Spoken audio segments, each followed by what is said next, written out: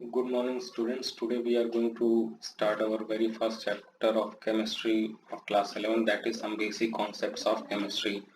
So this chapter of जैसा कि नाम यहाँ पे लिखा हुआ है some basic concepts of chemistry. Therefore, in this first chapter, that is nothing but a recapitulation of all the previous concept which you studied in chemistry. Either it was of class 9th, 10th.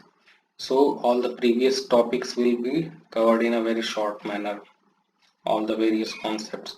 So starting few topics of this is not that much important from exam point of view or moreover from concept point of view. That is just given the history of chemistry, how it was evolved from the previous times.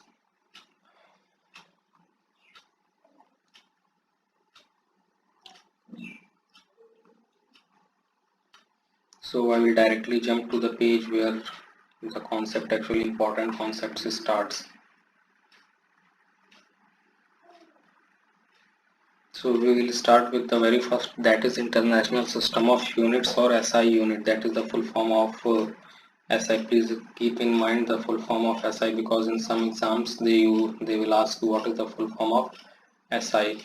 From this, actually this topic is also there in your physics first chapter, but you need to have a good idea about the physical quantities, basic physical quantities. Now what are these basic physical quantities? Basic physical quantities means which forms the base of all the various quantities. For example, if you take example of velocity, acceleration, then obviously you calculate velocity from length and time. Similarly, if you want to calculate acceleration, then again you need to find velocity, and you know that velocity is again calculated from length and time. So basically, if you see the makeover of velocity or the unit of velocity or acceleration, that consists of simply length and time. So the basic quantities or the basic physical quantities which constitute a given particular given unit, or I should say, for example, uh, just I told you about acceleration and velocity. So basic for the physical quantities means जिससे पूरे के पूरे आपके other units derive किए जाते हैं, means इनसे ही मिल करके इन जितने either it is length, mass, time, electric current, thermodynamic, temperature or amount of substance, and at last luminous intensity. So you can see here how many total basic physical quantities are there. 1 2 3 4 5 6 7. So these 7 quantities mix together, और I should say ये सातों quantity के help से हम कोई भी new quantity को develop करते हैं, जैसे कि वेलोसिटी और एक्सेलरेशन का मैंने एग्जांपल दिया. So if you are going to break the velocity, that simply means distance traveled per unit time, and simply if you talk about acceleration, then it is defined as the velocity or the change in velocity per unit time. So basically, though acceleration is defined in terms of velocity and velocity is defined in terms of distance, but if you go through the basic means basic unit जो है आपका, चाहे वो velocity का, चाहे acceleration, चाहे कोई भी आप दुनिया का यूनिट उठा करके ले लें, वो यूनिट आपकी इन्हीं सातों क्वांटिटीज से मिल करके बनी हुई है. तो बेसिक आई होप अब आपको क्लियर हो गया होगा कि बेसिक फिजिकल क्वांटिटीज का मतलब क्या है. वो फिजिकल क्वांटिटीज जो कि अदर फिजिकल क्वांटिटीज को डेवलप करते हैं, means these are the base these are the base which forms the or which creates path for the development of other units. यही सब यूनिट आपस में मिल करके न्यू फिजिकल क्वांटिटीज को डेवलप करती हैं. After coming to the now what are the SI units? That is the standard units. For example, length, its SI unit is in meter, mass its kg, that is kilograms, time its second, electric current, that is ampere, thermodynamic temperature, that is Kelvin, and amount of substance, that is mole, and at last the luminous intensity candela, that is CD. So just to remember the SI units because sometimes they will ask you in exam. After that, this is the definition of unit of length, how 1 meter is defined, how 1 kilogram is defined, and simply other quantities are given below. Now here you can see a table corresponding to changing units. For example, if you want to convert centimeter into millimeter, then obviously you will multiply by a factor of 10 into centimeter, then you will get millimeter. For example, 1 centimeter is there, then if you want to convert 1 centimeter into 1 millimeter, then just multiply centimeter, that is 1 centimeter, by factor of 10, you will get millimeter. And moreover, you can see here that centimeter is 10 raised to the power minus 2 and millimeter is 10 raised to the power minus 3. So this is centimeter is, if you divide millimeter by 10 you will get centimeter, and if you multiply centimeter by 10 you will get millimeter. So obviously centimeter is a larger quantity. So if you go from higher quantities to, or sorry, uh, unit higher unit to lower unit, then you have to multiply, and if you are coming from lower unit to higher unit, then you have to divide.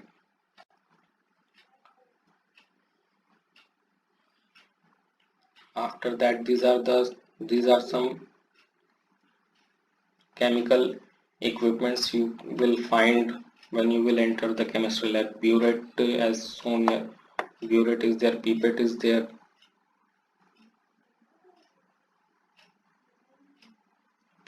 there, graduated cylinder is there, volumetric flask. Now what is the purpose of, what is the use of this burette? This is used in the titration, chemical titration, and pipette is, that is used to just hold the chemical solution, and means on the, this upper portion is being is that part from where the chemical solution is being sucked, and it is put in a respective volumetric flask. Now one important relation you should know, that is between density, means what is density, how you can convert your means how you can relate your means, see, if you want to compare the means if you want to calculate the quantity of a substance, or I should say volume, means generally if you talk about the quantity of liquid, then it is measured in terms of volume. So volume can be expressed in two ways, either it can be expressed in liter or it can be expressed in meter cube. So the relation between meter cube and liter you should know, and that relation is 1 meter cube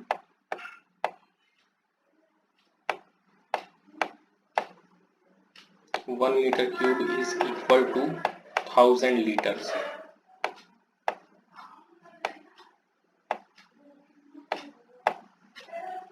So this is very important relation you need to keep in mind, because you will require this in calculation of density. When they will give you the density in terms of volume in terms of liter, then you have to find the density in, as you know that density is in terms of kg per meter cube, so you need to convert this liter into meter cube. Afterwards you will calculate the density. Now coming to one of the important topics, significant figure. So the topic of significant figure is very important. As you see, the what is the definition of significant figure, it says that these are the meaningful digits which are known with certainty plus one which is estimated or uncertain. So इसको आप इस तरीके से समझ सकते हैं, जब आप कोई भी कैलकुलेशन करते हैं, बेसिकली अगर आप केमिस्ट्री लैब में गए, वहाँ पे आपने वॉल्यूमेट्रिक किसी चीज का वॉल्यूम मेजर किया, so you will get something like that 4.2, and other student जो आपके बगल में उसका कुछ आएगा 4.3, some other student will get 4.1. So यहाँ पे जो आपका 4 है, that is common to most of the students, that the measurement 4 means 4 point something, ये जो 4 डिजिट है, जो फर्स्ट डिजिट है सभी का, वो कॉमन है. लेकिन पॉइंट और डेसिमल के बाद की जितने भी डिजिट हैं, दैट इज किसी ने 4.2 पाया होगा, किसी ने 4.1 पाया होगा, कोई 4.8 पाया होगा. तो ये जो डेसिमल के बाद की डिजिट्स है, that is not common to everyone, और I should say 4 is that part of that number, or 4 is that digit which you can say with confidence, and you know that that is okay, that is the correct measurement I have done. But 4 point के बाद आप accuracy के साथ नहीं कह सकते, because that is something varying from student to student, and moreover that decimal means after decimal what you have got, that depends upon the accuracy level, or the depends upon the consciousness level, or that depends upon the way which you have performed the experiment. So significant figures are the meaningful digit. Meaningful digit means if you express this 4.3, for example आपने जो measurement लिया उसका 4.3 litre answer आया, तो इस 4.3 जो number है इसमें वो डिजिट जो कि आप कॉन्फिडेंस से जानते हैं दैट इज 4, एंड वो डिजिट जो कि आपको उसमें कंफ्यूजन है, you are not confirm that it will be 3 only 4.3 जैसे और 2 ओनली, तो 4 is that number which you know with confidence and 3 is that part which you are not confident about that, not confident about that. So ये जो combination है, ये जो digit का combination है, या फिर जिसको मैं बोल सकता हूँ कि मीनिंगफुल डिजिट का कॉम्बिनेशन है, इसी को केमिस्ट्री के लैंग्वेज या फिजिक्स के लैंग्वेज में बोला जाता है significant figures. Means how many significant figures are there in the given digit.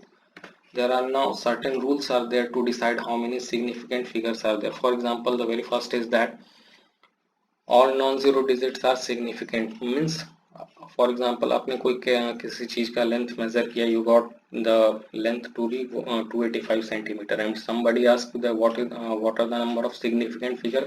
Significant figure means simply what are the number of meaningful digit. So obviously the answer will be 3 because 285 is all you have got with accuracy. You know that 285 is the correct. In a similar way 0.25 ml or here also the number of significant digits will be 1 and 2, sorry 2, means whatever as per the definition, as per the rule that they have given. Now coming to the second rule, 0 preceding to first non-zero digit are not significant. Means जैसा यहाँ पे आपको दिखा हुआ है 0.03, अब ये 3 के पहले जितने भी जीरोस हैं, 3 के पहले जितने भी जीरोस हैं, मीन्स भले वो डेसिमल के बाद आए. फॉर एग्जाम्पल यहाँ पे 3 के आप लेफ्ट में देख सकते हैं एक जीरो, डेसिमल के राइट में एक जीरो है, that is zero is common. तो ये जो लिखा हुआ है फर्स्ट नॉन डिजिट के पहले, फर्स्ट नॉन डिजिट के पहले जितने भी जीरोस होते हैं वो आपके क्या होते हैं, नॉट सिग्निफिकेंट होते हैं, वो सिग्निफिकेंट फिगर में काउंट नहीं होंगे.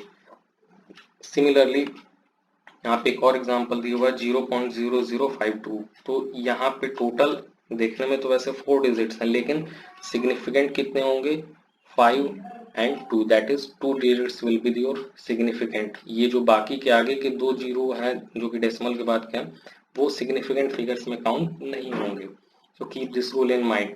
Now coming to the third rule, zeros between two non-zero digits are significant. For example 2.005, यहाँ पे अगर कोई पूछे कि how many significant figures are there, then obviously यहाँ पे आपका 4 हो जाएगा.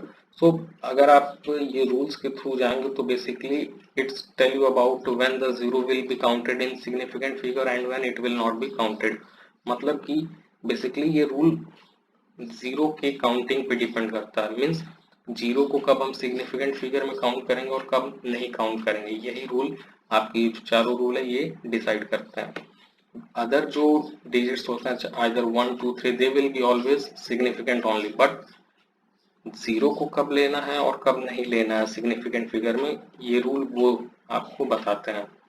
At the last, zeros at the end or right of a number are significant provided they are on the right side of the decimal point. For example यहाँ पे जैसा दिया हुआ है कि जीरो एट द एंड और right of A number, किसी number के एंड पे या उसके राइट साइड में अगर कोई जीरो आता है तो वो आपका सिग्निफिकेंट होगा, लेकिन वही अगर आपके लेफ्ट साइड में आता है तो वो आपका यहाँ पे सेकंड रूल अप्लाई हो जाएगा जिसके वजह से वो नॉन सिग्निफिकेंट में काउंट होगा.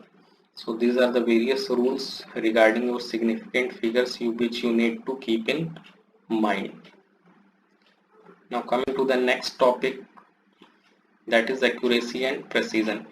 Precision simply means the closeness of various measurement for the same quantity, and accuracy that is the agreement of particular value to the true value of result. आप इस precision और accuracy को इस तरीके से समझ सकते हैं कि precision means जैसे आपने कोई एक एक्सपेरिमेंट किया और आप उस मीन्स आपने उस एक्सपेरिमेंट को 4-5 बार रिपीट किया.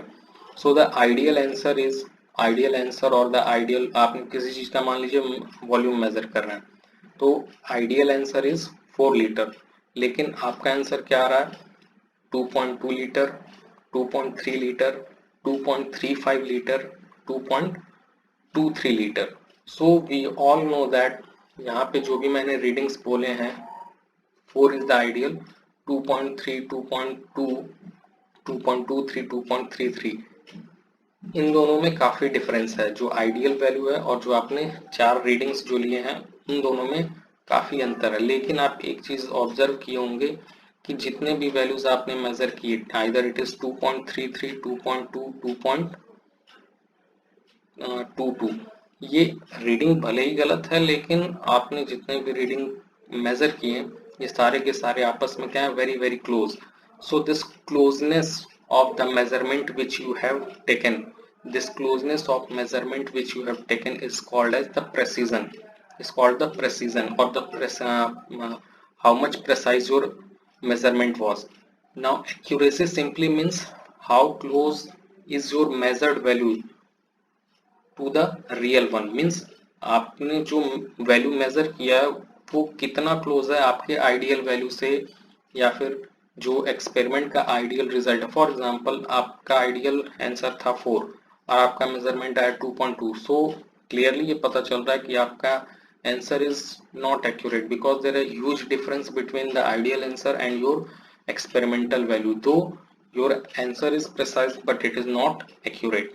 सो एक्यूरेट आंसर क्या हो सकता है? फॉर एग्जांपल कोई दूसरा स्टूडेंट हो, वो उसका आंसर आता है 3.9, 3.99, 3.98 एंड 3.8। सो ये जो मेजरमेंट होगा that will be accurate also as well as precised also.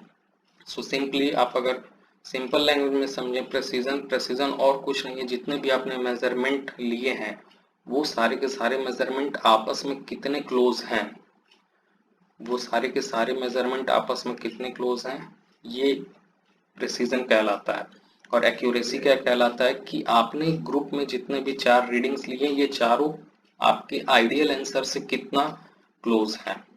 So precision simply means closeness among the given number of measurement or given values, and accuracy means closeness among the ideal as well as ideal and your calculated values. So keep this in mind.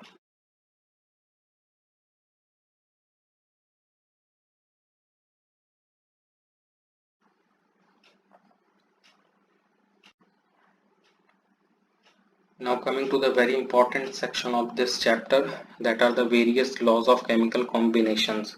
This laws governs, laws of chemical combination का मतलब क्या, जब आपका कोई भी chemical reaction होता है तो वो किस बेसिस पे होता है, किन रूल्स को means I should say which rules are involve और which rules are to be kept in mind while studying the given chemical equations. So the very first is law of conservation of mass.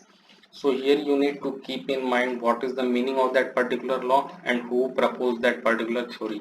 Means उस law का significance क्या, वो law कह क्या रहा है, दूसरी बात कि उस लॉ को किसने प्रपोज किया. These are the two topics which are important from your exam point of view. So the law of conservation of mass, that is a very famous law and I hope you all be knowing because मतलब simply law of conservation of mass ये कहता है कि मास को ना तो आप create कर सकते हैं ना तो डिस्ट्रॉय कर सकते हैं किसी भी केमिकल रिएक्शन में. जितना मास आपका इनिशियल में रहेगा उतना ही मास आपका फाइनली रहेगा, जितना मास आपके रिएक्टेंट्स का रहेगा उतना ही मास आपके प्रोडक्ट्स का रहेगा. तो that is simply simple statement of law of conservation of mass and that was proposed by Anton Lavoisier. After that the second is law of definite proportion and it was given by Joseph Proust.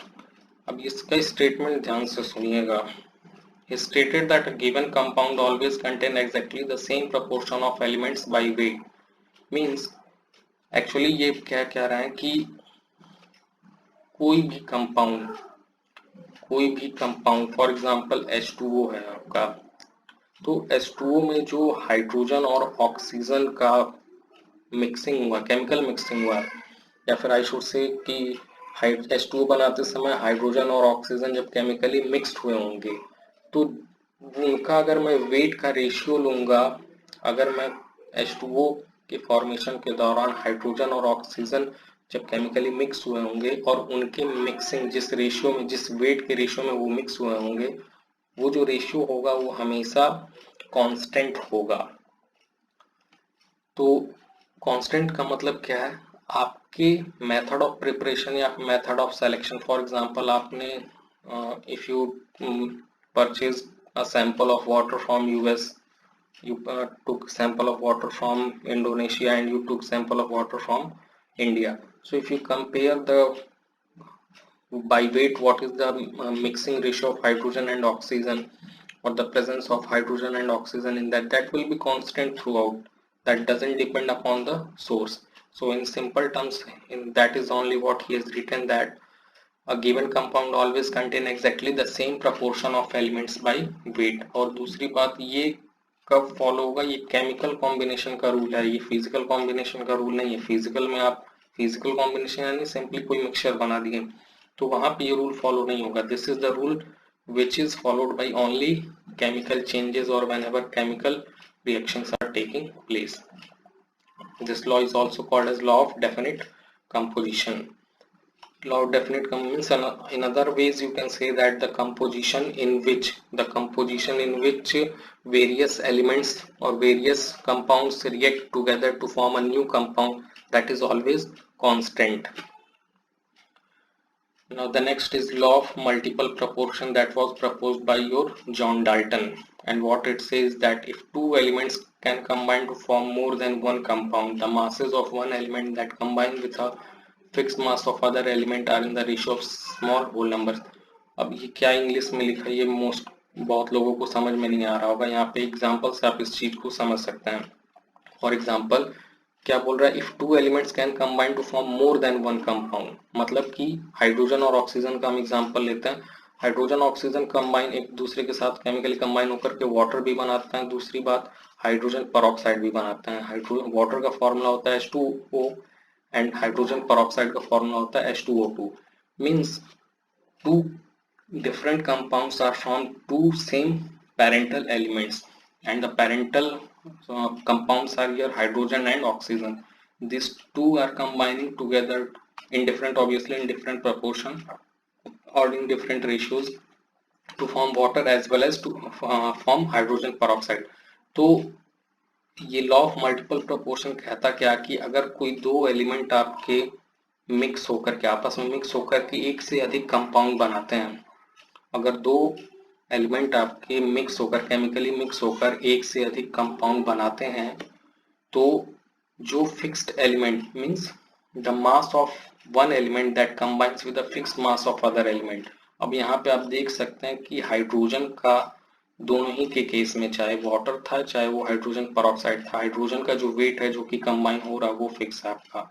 तो जो mass means the mass of one element that combines with a fixed mass of a means ये जो oxygen का ratio है H2O में और oxygen का जो रेशियो है आपका हाइड्रोजन पेरोक्साइड में, इसका जो रेशियो होगा वो सिंपल होल नंबर्स के टर्म्स में होगा हमेशा।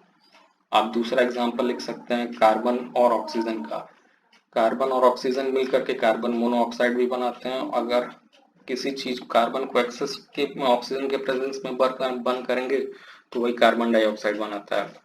तो C plus O give CO, C plus O2 give CO2। अगर आप यहाँ पे भी law of multiple proportion apply करेंगे तो you will get the ratio means जिसके टर्म्स में आपका कार्बन और oxygen means basically he is saying that कि कोई भी दो एलिमेंट जो कि आपस में केमिकली मिक्स होकर के एक से अधिक कंपाउंड बनाए, उन दो रिएक्शंस में वो एलिमेंट जिसका फिक्स मास रह रहा बार बार और वो एलिमेंट जिसका मास चेंज हो रहा है, तो ये जो मास जिस एलिमेंट का चेंज हो रहा है दोनों में, इनका अगर मैं रेशियो लूंगा तो वो क्या होगा, मेरा होल नंबर के टर्म्स में होगा। After that the next is Gay-Lussac law of gaseous volume. So the statement is when gases combine or are produced in a chemical reaction, they do so in a simple ratio by volume provided all gases are at same temperature and pressure. So basically what means किसी भी law को समझने के लिए आप basically उसके example पे जाके देख सकते हैं। They are the best source to understand that particular concepts. Here also one example is given that So first of all, just try to understand what the statement is trying to say. When gases combine or are produced in a chemical reaction, they do so in a simple ratio by volume, provided that all gases are at same temperature and pressure.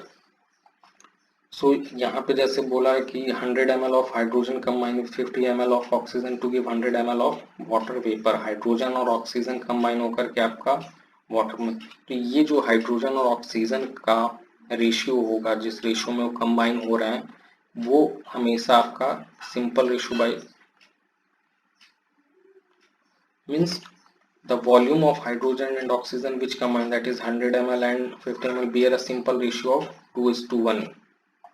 That is very simple obviously कि जिस ratio में आपके different gases sorry जिस यहाँ पे volume की बात हो रही है, इससे पहले जो आपका लॉ ऑफ डेफिनेट प्रोपोर्शन था उसमें हम लोग वेट की बात कर रहे थे, लॉ ऑफ मल्टीपल प्रोपोर्शन में भी वेट की बात कर रहे थे, लेकिन इसमें लॉ ऑफ गैसियस वॉल्यूम में सिंपली जैसे लॉ ऑफ मल्टीपल प्रोपोर्शन या sorry law of definite composition में हम लोगों ने वेट की बात किया था, सिंपली यहाँ पे हम लोग वॉल्यूम की बात कर रहे हैं। जो हाइड्रोजन ऑक्सीजन के साथ मिलकर के वाटर बना था, तो जो हाइड्रोजन और ऑक्सीजन का ये जो रेशियो होगा वो that will be in terms of simple whole ratio, simple whole number. After the next is your Avogadro's law. Avogadro's law says that equal volumes of all gases, and that is very important. Why I'm saying very important, because this will form the base of your other concepts while performing the calculations in physical chemistry. So it says that equal volumes of all gases at same temperature and pressure should contain equal number of molecules.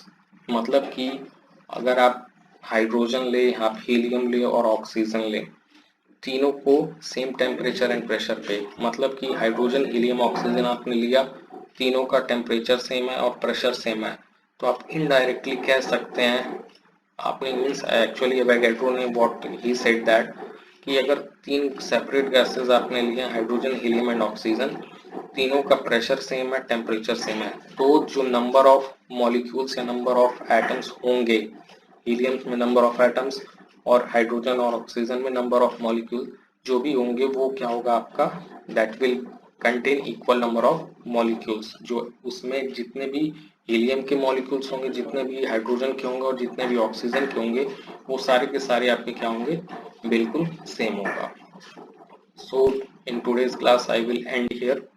Next we will discuss about the mole concept and stoichiometry. Thank you.